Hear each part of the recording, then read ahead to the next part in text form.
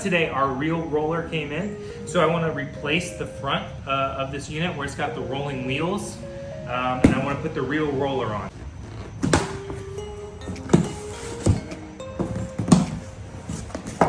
All right, so pretty basic on the inside. It's really just a grooved roller and a little bit of packing insulation. Now, the Reelroller's website has a link on how to set this up, so we're gonna follow that today. Just in looking at it, I can see this looks like my height adjustment bar, and you can see there's not one on the other side. So just looking at my unit, I've got my height adjustment bar there. The screws and nuts that are currently in there seem to align with this, meaning we've got one to go here, we've got two for here. So I think that we're taking this yellow bar off, this crossbar, and the roller wheels.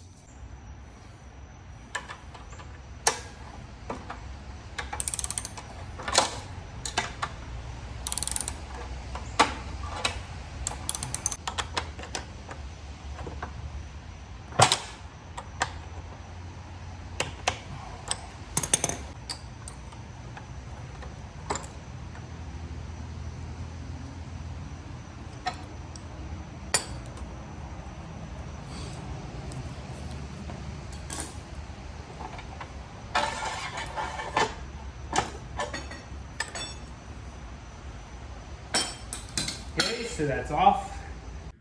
Okay, so we have all of the old attachments off, so now it's time to install the new Reelroller. I'm grabbing some of the pieces from when I took it out of the box and when I disassembled the roller earlier. One thing I want to show you while I'm over here is, if you're new to McLane's, when you get this piece loose, if you slide it all the way here, it'll slip right off. So that's how you can get this piece off, and as you see in the Reelroller instructions, they talk about taking the spring off. That's one way to do it without having to, say, engage some needle nose pliers. So just keep that in mind.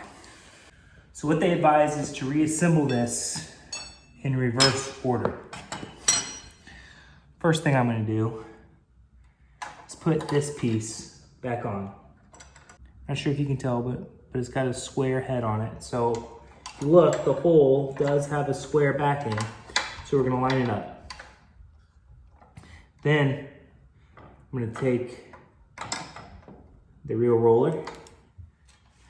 And mine, this is my first time doing this, so I'm not sure if it's in all of these, came with an extra spacer that kind of slipped in there. I'm not sure if that's a modification someone else had, but I'm going to put it back in. Get these all set up, attached, put the correct hex, I think indented hex top back on. Now I'm not gonna fully lock that into place yet. Let's get our bar back on. And because I want the lowest setting, I'm gonna be stringing it through the top. Remember, there was this washer that came with it. So I can see this kind of has a washer built in on the inside. So I'm gonna put the washer, make sure that the washer goes between the black part and the red part.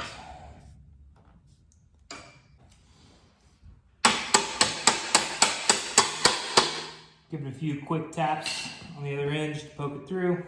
Let's put our securing nut back on.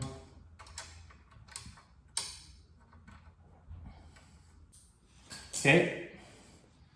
And tighten up all of our nuts.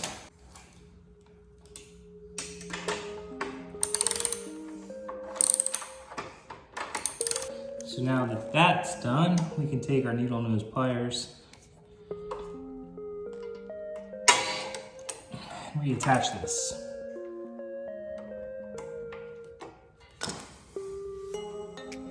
All right, folks, and that's it with the Reelroller being installed. It's pretty simple.